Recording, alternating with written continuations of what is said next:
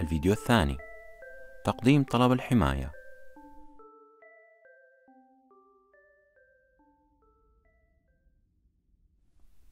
عند وصولك إلى إيطاليا، اذهب بسرعة إلى أقرب قسم شرطة واطلب اللجوء. اشرح لهم بأنك خائف للرجوع إلى بلدك، وتستطيع أن تشرح لهم بمساعدة مترجم. وكلمة مترجم في الإيطالية هي ميدياتوري.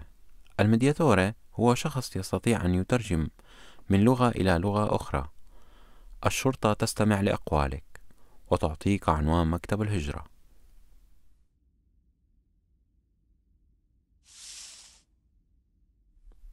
ومن الوقت الذي تكلمت مع الشرطة لديك 8 أيام من الوقت للذهاب إلى مكتب الهجرة الموجود في داخل مركز الشرطة.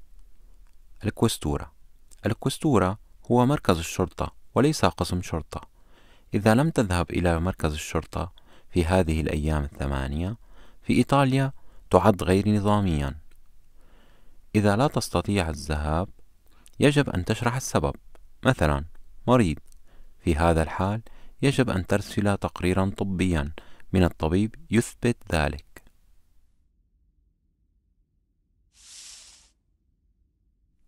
إذا كنت امرأة تستطيعين أن تطلبي من الشرطة حضور امرأة لكي تترجم ما تقولين.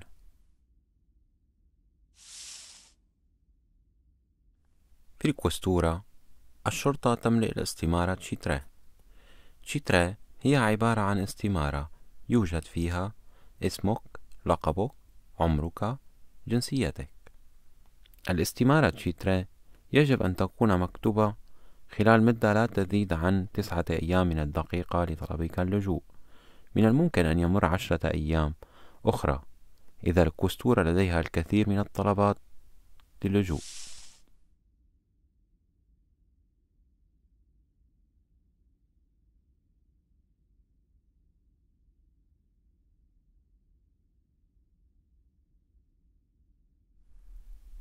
الشرطة تسألك بعض الأسئلة، والميدياتور يترجم من أجلك ما تقول.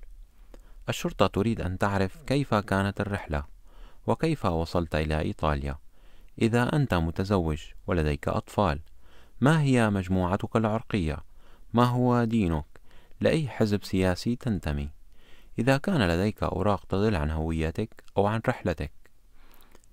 إذا طلبت اللجوء في الماضي، وعليك أيضا أن تشرح بوقت قصير لماذا تطلب اللجوء، لأن لديك الوقت فيما بعد لتشرح لهم السبب بهدوء في وقت المقابلة مع اللجنة.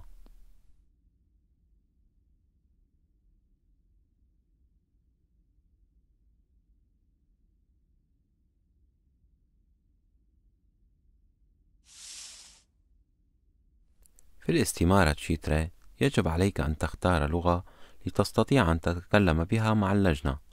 اختر لغتك أو لغة تستطيع أن تتكلمها جيدا. في اللجنة المترجم يترجم اللغة التي اخترتها.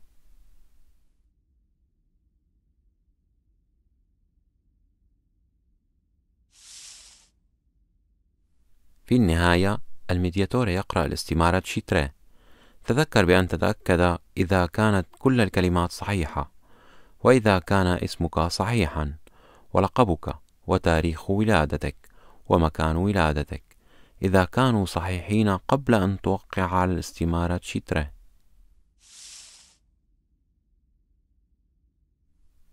إذا كان لديك أوراق فمن المهم أن تسلمهم إلى الشرطة.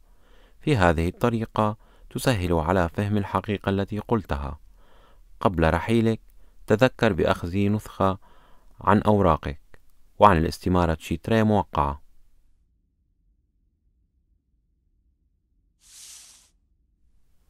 في الكوستورة تستطيع أن تطلب دليلا عمليا يشرح لك الإجراءات وحقوقك ومسؤولياتك. هذا الدليل العملي هو عبارة عن كتاب صغير يوجد عناوين وأرقام هواتف للمنظمات تحمي حقوق اللاجئين. تستطيع أن تتصل لطلب المساعدة.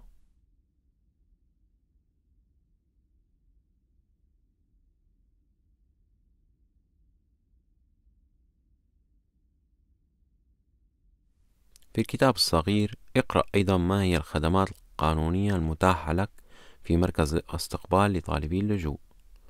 لقراءة الكتاب يجب أن يكون مكتوبا في اللغة التي تختارها، وإذا لم يكن بالإمكان لك الحق بقراءة الخدمات في اللغة الإنجليزية، الفرنسية، الإسبانية أو العربية. قانونيا يجب أن تستلم هذه المعلومات لمدة لا تتزايد عن 15 يوما من طلبك للجوء، وتستطيع أن تستلمها في مركز الاستقبال أيضا عن طريق الميدياتوري أو المترجم.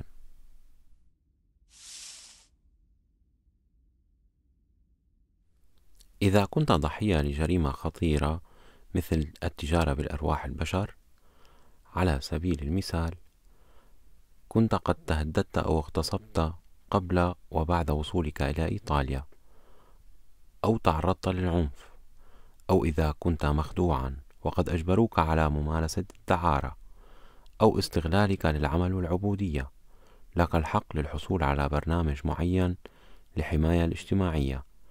للمزيد من المعلومات استمع على التسجيل الثاني، برنامج الحماية الاجتماعية.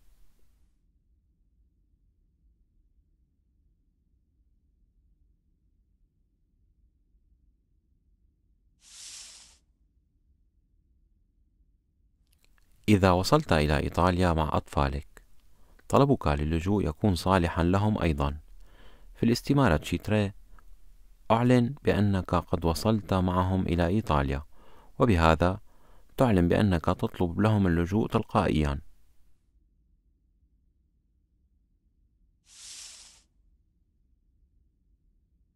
يختلف الإجراء إذا كان معك أوراق السفر أو هوية شخصية، أو إذا لم يكن لديك. إذا كان لديك أوراق، الشرطة تريد أن تعرف أين تذهب للعيش. إذا تغير المنزل أو المدينة، يجب عليك أن تعلم الكوستورة.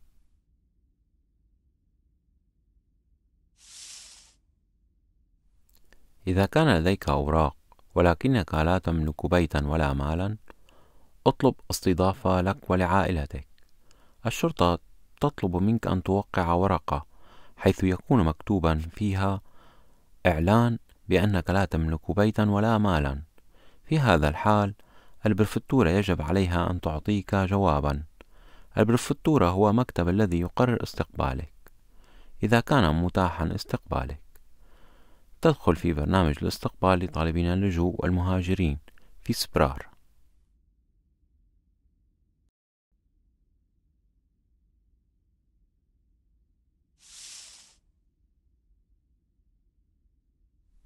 الإجراء يختلف إذا كان لديك أي أوراق تثبت عن هويتك أو رحلتك. قانونيا يجب عليك أن تذهب إلى مركز استقبال لطلب اللجوء، مثلا في الكارا. الشرطة يجب أن تعطيك ورقة. اقرأ لعنوان المركز وسبب ترحيلك. احتفظ جيدا بهذه الورقة لأنها إقامتك مؤقتة.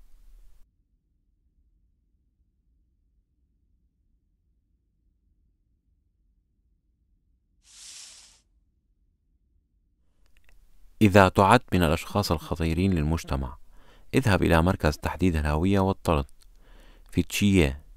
تشيه هو مركز حجز يعني أنك لا تستطيع الخروج. إذا أردت الكثير من المعلومات، استمع للتسجيل الثالث، حجز. إذا تذهب إلى تشيه، الشرطة يجب أن تعطيك شهادة اسمية، وهي عبارة عن ورقة ليست إقامة ولا هوية شخصية.